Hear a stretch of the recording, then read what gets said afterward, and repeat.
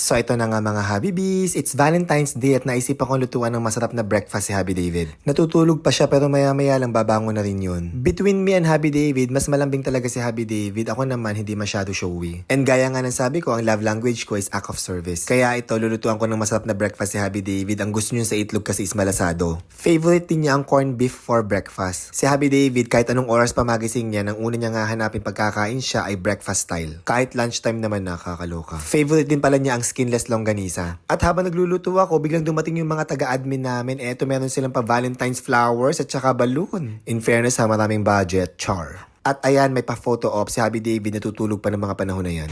Tamang-tama, merong flowers at saka balloons galing sa aming admin. Dito sa village namin, may pambigay na ako kay Habi David. Tipid! But wait, there's more. May nagbigay sa amin ng cupcake. Ayan, galing kay Kuya Aldrin sa stock room. Thank you, Kuya Aldrin. Bibigay ko din kay Habi David. Sobrang nakalaki ng tipid ko ngayong Valentine's Day. Hintayin niyo, bibigay ko ito mamaya.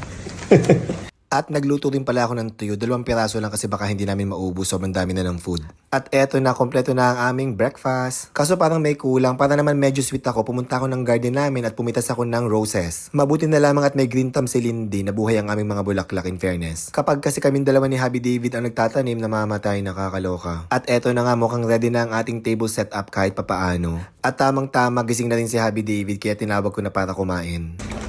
Ma'am, baba ka na. Ma'am, hindi ka nakakain na tayo.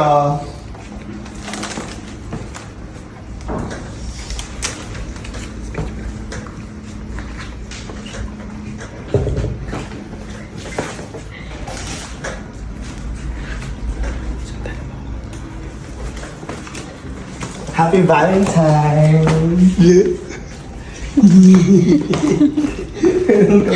Flowers! Okay mo! Ako ang nagbibigay ng flowers sa'yo dati, ah! Flowers, tapos merong balloon, tsaka cupcake. Is that? Happy Valentine's. Hindi naman yan siya bumibili ng flowers at balloon kasi sabi niya hindi practical. Kaya kakain na lang kami sa labas ganun. First time mo Tapos, to magbigay sa akin. Tapos hindi ako ready ako ng breakfast. Dali ka pakita natin yung breakfast. Dali. Mga flowers. Aw, that's so sweet, baby. Favorite mong breakfast. Kaya tayo. I appreciate the effort. Happy First Valentine's. time mo gumawa niyan. Pero may isang ako sasabihin sa'yo. Ano? Okay, dali. Ito ka. Di ba sabi mo hindi ako bumibili, di ba? Hindi ko naman talaga binili yan. Ay! Kalabas mo ito nakuha? Ito galing kay Kuya Aldo. Binigay niya kay? Sa atin. Sa atin? Tapos ito galing sa admin. Galing sa admin. Kaya, kasi ito, tama nga ako.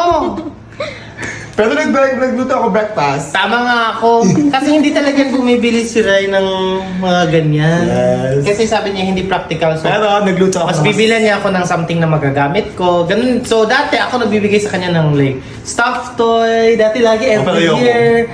Tapos flowers every year. Pero tumigil ako kasi sabi niya, baby, mas practical kung bilan mo akong t-shirt. Isang sakong bigas. Ganun. Oh. Kaya tayo breakfast. Ito yung garden natin to. Ito yung lindi.